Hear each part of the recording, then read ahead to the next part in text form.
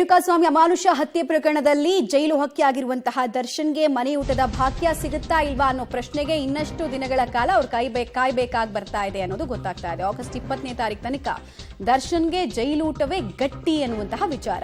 ಹೈಕೋರ್ಟ್ನಲ್ಲಿ ಮನೆಯೂಟದ ಅರ್ಜಿ ವಿಚಾರಣೆಗೆ ಸಂಬಂಧಪಟ್ಟಂತೆ ವಾದ ಪ್ರತಿವಾದಗಳು ಆಯಿತು. ಬಟ್ ವಾದ ಪ್ರತಿವಾದವನ್ನ ಆಲಿಸಿದಂತಹ ಕೋರ್ಟ್ ಮುಂದಿನ ವಿಚಾರಣೆಯನ್ನು ಆಗಸ್ಟ್ 20ಕ್ಕೆ ಮುಂದೂಡಿಕೆ ಮಾಡಿದೆ. ಜೈಲಧಿಕಾರಿಗೆ ದರ್ಶನ್ ಪತ್ರದ ಬಗ್ಗೆ ಕೂಡ ಉಲ್ಲೇಖಗಳಾಗಿದೆ.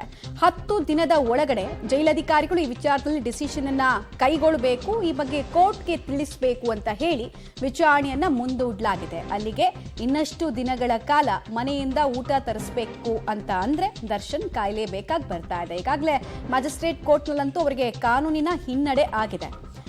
ಈ ವಿಚಾರದಲ್ಲಿ ರಿಟ್ ಅರ್ಜಿಯನ್ನ ಹಾಕೊಂಡಿದ್ರು, ಮೇಲ್ಮನವಿ ಅರ್ಜಿಯನ್ನ ಕೂಡ ಹಾಕೊಳ್ತಾರೆ ಅಂತೆಲ್ಲ ಹೇಳಲಾಗ್ತಾ ಇತ್ತು. ಬಟ್ ಹೈಕೋರ್ಟ್ನಲ್ಲಿ ಇವತ್ತು ವಾದ ಪ್ರತಿವಾದವನ್ನು ಆಲಿಸಿದಂತಹ ಕೋರ್ಟ್ ವಿಚಾರಣೆಯನ್ನು ಆಗಸ್ಟ್ 20ಕ್ಕೆ ಮುಂದೂಡಿಕೆ ಮಾಡಿರೋದ್ರ ಬಗ್ಗೆ ಮಾಹಿತಿ ಲಭ್ಯ ಆಗ್ತಾ ಇದೆ. ಸೊ ಜೈಲಧಿಕಾರಿಗಳು ಮತ್ತೊಮ್ಮೆ ಜೈಲಿನ ಮ್ಯಾನ್ಯುಯಲ್ ಮತ್ತು ಅವ್ರ ಡಿಸಿಷನ್, ಈ ಊಟ ಕೊಡಬೇಕಾ ಬೇಡವಾ, ಅವರ ಆರೋಗ್ಯದಲ್ಲಿ ನಿಜಕ್ಕೂ ಕೂಡ ಪರ್ಮನೆಂಟ್ ಸಮಸ್ಯೆಗಳಾಗುವಂತಹ ಸೂಚನೆಗಳೇನಾದರೂ ಸಿಗ್ತಾ ಇದೆಯಾ, ಅಥವಾ ಜೈಲಿನ ಊಟದ ಬಗ್ಗೆ ಏನಾದರೂ ಪ್ರಶ್ನೆಗಳನ್ನ ಇಟ್ಟಿದ್ದಾರಾ ಅವರು, ಆ ಪ್ರಶ್ನೆಗಳಿಗೆ ಹೇಗೆ ಉತ್ತರ ಕೊಡೋದು, ಅದೆಲ್ಲದಕ್ಕೂ ಕೂಡ ಇನ್ನು 10 ದಿನಗಳ ಒಳಗಡೆ ಕೋರ್ಟ್ ಮುಂದೆ ತಿಳಿಸ್ತಾರೆ, ಡೀಟೇಲ್ಸ್ ಕೊಡ್ತಾರೆ. ಮುರಳಿ ಇವತ್ತು ವಾದ ಪ್ರತಿವಾದವನ್ನ ಯಾವ ರೀತಿ ಆಲಿಸ್ತು ಕೋರ್ಟು, ಮತ್ತು ದರ್ಶನ್ಗೆ ಇದ್ದಂತಹ ಅಡ್ವಾಂಟೇಜ್ ಡಿಸ್ಅಡ್ವಾಂಟೇಜ್ ಬಗ್ಗೆ ಏನ್ ಡಿಸ್ಕಸ್ ಆಯಿತು, ಮತ್ತು 10 ದಿನಗಳೊಳಗಡೆ ಜೈಲಧಿಕಾರಿಗಳು ಯಾವ್ಯಾವ ವಿಚಾರಗಳ ಬಗ್ಗೆ ಕೋರ್ಟ್ಗೆ ಮಾಹಿತಿ ಸಲ್ಲಿಸಬೇಕು ಅಂತ? ಮಮತಾ, ಇವತ್ತು ಕೋರ್ಟ್ ನಲ್ಲಿ ಒಂದಷ್ಟು ಆಕ್ಷೇಪಗಳು ಕೂಡ ವ್ಯಕ್ತ ಆಗ್ತವೆ. ಯಾಕಂದ್ರೆ ನ್ಯಾಯಾಧೀಶರೇ ಒಂದಷ್ಟು ವಿಚಾರಗಳನ್ನ ಮುನ್ನೆಲೆಗೆ ತರೋ ಪ್ರಯತ್ನಗಳನ್ನ ಮಾಡಿದ್ರು. ಯಾಕಂದ್ರೆ ವಿಚಾರಣಾ ದಿನ ಆರೋಪಿ ಅಂತ ಸಂದರ್ಭದಲ್ಲಿ ಅವರು ಸೆಲೆಬ್ರಿಟಿ ಆಗಿರ್ಬೋದು ಅಥವಾ ರಾಜಕಾರಣಿ ಆಗಿರ್ಬೋದು, ಯಾರೇ ಆಗಿದ್ರು ಕೂಡ ಅವರು ವಿಚಾರಣಾ ದಿನ ಕೈದಿಗಳಿಗೆ ಯಾವ ರೀತಿಯಲ್ಲಿ ಊಟವನ್ನು ಒದಗಿಸ್ತಾರೆ ಆ ರೀತಿಯ ಊಟಗಳನ್ನೇ ಒದಗಿಸ್ಬೇಕು. ಅದನ್ನ ಬಿಟ್ಟು ಅವರಿಗೆ ವಿಶೇಷವಾದ ಸೌಲಭ್ಯನ ಒದಗಿಸೋದಕ್ಕೆ ಯಾವುದೇ ರೀತಿಯ ಕಾನೂನಲ್ಲಿ ಮಾನದಂಡಗಳಿಲ್ಲ ಮತ್ತು ಮ್ಯಾನ್ಯುಯಲ್ ನಲ್ಲೂ ಕೂಡ ಅದಕ್ಕೆ ಸೂಕ್ತವಾದ ಆಯ್ಕೆಗಳಿಲ್ಲ ಅನ್ನೋದ್ರ ಬಗ್ಗೆ ಒಂದಷ್ಟು ವಿಚಾರಗಳನ್ನ ಇವತ್ತು ಕೋರ್ಟ್ ನಲ್ಲಿ ತರಲಾಯ್ತು. ಆ ಸಂದರ್ಭದಲ್ಲಿ ದರ್ಶನ್ ಪರ ವಕೀಲರ ಪ್ರಭುಲಿಂಗ ನಾವಡಿಗರು ಕೂಡ ಸಾಕಷ್ಟು ವಾದವನ್ನ ಮಾಡ್ತಾರೆ. ವಾದವನ್ನ ಮಾಡೋ ಸಂದರ್ಭದಲ್ಲಿ ಸೆಕ್ಷನ್ 30 ಪ್ರಕಾರ ಜೈನ ಮ್ಯಾನ್ಯುಯಲ್ ನಲ್ಲಿ ಅವಕಾಶಗಳಿದಾವೆ ಅನ್ನೋದ್ರ ಬಗ್ಗೆನೂ ಕೂಡ ಹೇಳಲಾಗ್ತಾ ಇತ್ತು. ಅಂದ್ರೆ ವಾದ ಪ್ರತಿವಾದವನ್ನು ಆಲಿಸಿದಂತ ಹೈಕೋರ್ಟ್ ಒಂದು ಅವಕಾಶವನ್ನು ಕೊಡುತ್ತೆ, ಮತ್ತೆ ಮರುಪರಿಶೀಲನಾ ಅರ್ಜಿಯನ್ನ ಮಾಡಿ, ಅಂದ್ರೆ ಅರ್ಜಿ ಏನಿತ್ತು ಅದನ್ನ ಮರುಪರಿಶೀಲನೆಯನ್ನ ಮಾಡಿ.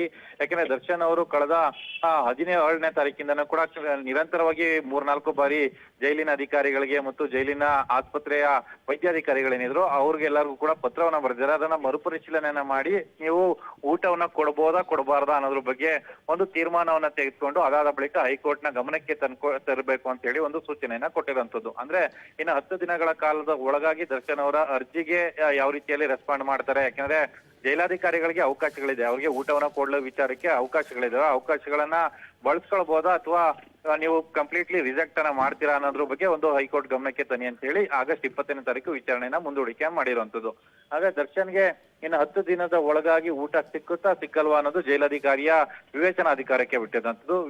ಜೈಲಾಧಿಕಾರಿ ಯಾವ ತೀರ್ಮಾನವನ್ನ ತೆಗೆದುಕೊಳ್ತಾರೆ ಅದನ್ನ ಮುಗಿದ ಬಳಿಕ ಹೈಕೋರ್ಟ್ ಗಮನಕ್ಕೆ ತರ್ತಾರೆ. ಹೈಕೋರ್ಟ್ ಏನಾದ್ರೂ ಜೈಲಾಧಿಕಾರಿ ಊಟವನ್ನ ಕಲ್ಪಿಸಿದ್ರೆ ಏನೋ ಅರ್ಜಿಯನ್ನ ವಾಪಸ್ ಪಡ್ಕೊಳ್ಳುವಂಥದ್ದು. ಅಕಸ್ಮಾತ್ ಏನಾದ್ರು ಜೈಲಾಧಿಕಾರಿಗಳು ಊಟವನ್ನ ಕಲ್ಪಿಸ್ಲಿಲ್ಲ ಅಂದ್ರೆ ಮತ್ತೆ ಅದು ವಿಚಾರಣೆನ ಮುಂದುವರಿಸುವಂತದ್ದು. ಮಮತಾ, ಆಲ್ ರೈಟ್, ಧನ್ಯವಾದ ಮುರಳಿ ತಮ್ಮೆಲ್ಲ ಮಾಹಿತಿಗಾಗಿ. ಒಟ್ಟಿನಲ್ಲಿ ಈಗ ಜೈಲಧಿಕಾರಿಗಳ ವಿವೇಚನೆಯಲ್ಲಿ ಯಾವ ವಿಚಾರಗಳು ತೋಚಬಹುದು ಅನ್ನೋದು ಕುತೂಹಲಕ್ಕೆ ಕಾರಣ ಆಗಿದೆ. ಬಿಕಾಸ್ ಲಾಸ್ಟ್ ಟೈಮ್ ಅಂತೂ ಅವರು ಮೆಡಿಕಲ್ ರಿಪೋರ್ಟ್ ಅನ್ನು ಸಬ್ಮಿಟ್ ಮಾಡಿದ್ರು, ಮತ್ತೆ ಜೈಲಲ್ಲಿ ಕ್ವಾಲಿಟಿ ಊಟ ಸಿಗ್ತಾ ಇರೋದ್ರಿಂದ ಸದ್ಯಕ್ಕಂತೂ ಬೇಡ ಅಂತ ಹೇಳಿದ್ರು. ಈಗೇನ್ ಡಿಸೈಡ್ ಮಾಡ್ತಾರೆ ಅನ್ನೋದು ಕುತೂಹಲ.